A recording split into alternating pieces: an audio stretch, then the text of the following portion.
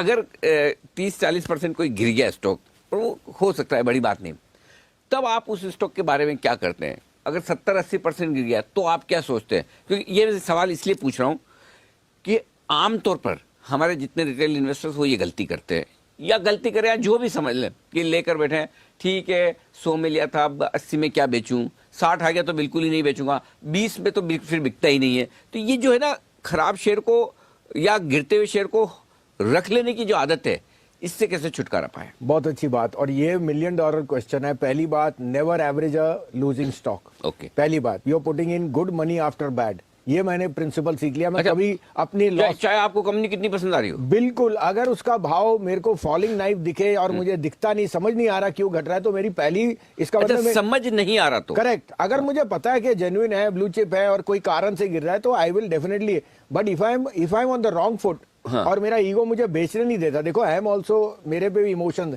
लेकिन अगर मेरा ईगो मुझे बेचने नहीं दे रहा, मैं और खरीदने की चेष्टा नहीं करता। इस कारण से अनिल जी, मैं कहता हूं सबसे अच्छी चीज जो आज हमारे यहाँ एक रेवोल्यूशन आ गया, वो सिप और म्यूचुअल फंड है। Mutual fund managers are unemotional because they are managing your money, और वो लॉस काटना जानते हैं। उनको इमोशन नहीं है, क्योंकि उनको आपका परफॉर्मेंस देना है। वो चीज बेच सकते हैं, आप और मैं नहीं बेच सकते। इस कारण से द म्यूचुअल फंड रूट और the SIP route is the best long term investor for the passive investor. नहीं, लेकिन सर उसमें एक दिक्कत है, म्यूचुअल फंड में पैसा लगाएं, सिप में पैसा लगाएं, 5-15 साल के लिए भूल जाएं, पैसा तो बनता है।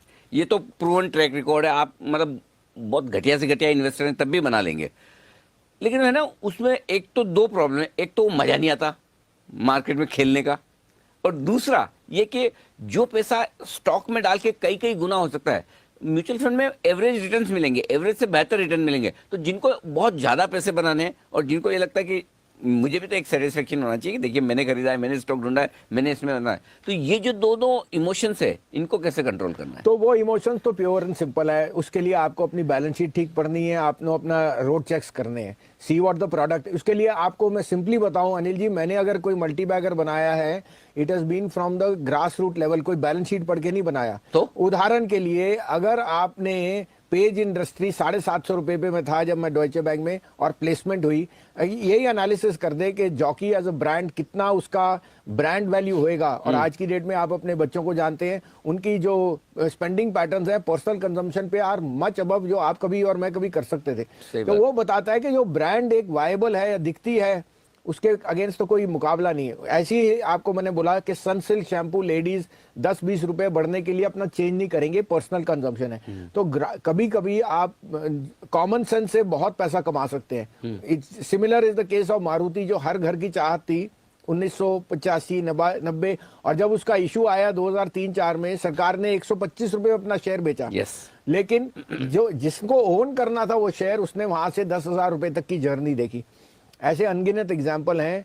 सो एक्चुअली यू आर राइट। अगर आप अपना रिसर्च करें और अपने डे टू डे यूजेज में देखें, क्या इंडिया की सबसे बड़ी पॉजिटिव क्या है, हमारी डेमोग्राफिक्स। एक तरफ से हमारे लिए प्रॉब्लम भी है पॉपुलेशन, एक तरफ से हमारे पे ब्लेसिंग इन डिस्गाइज है कि हमें 125 करोड़ कंज्यूमर है सर। एग्जैक्टली, और 125 में से अब तो और होने वाले हैं जो आपके CA और RA। सो आई थिंक, हाँ, ऑफिशियली इतने आदमी और अगर आ गए आके तो आपके बैंक अकाउंट और कंजम्पशन बिजनेस देखो ऑफिशियली कितना लेजिटिमेट हो जाएगा। And so I think the common sense will always make money for the end investor.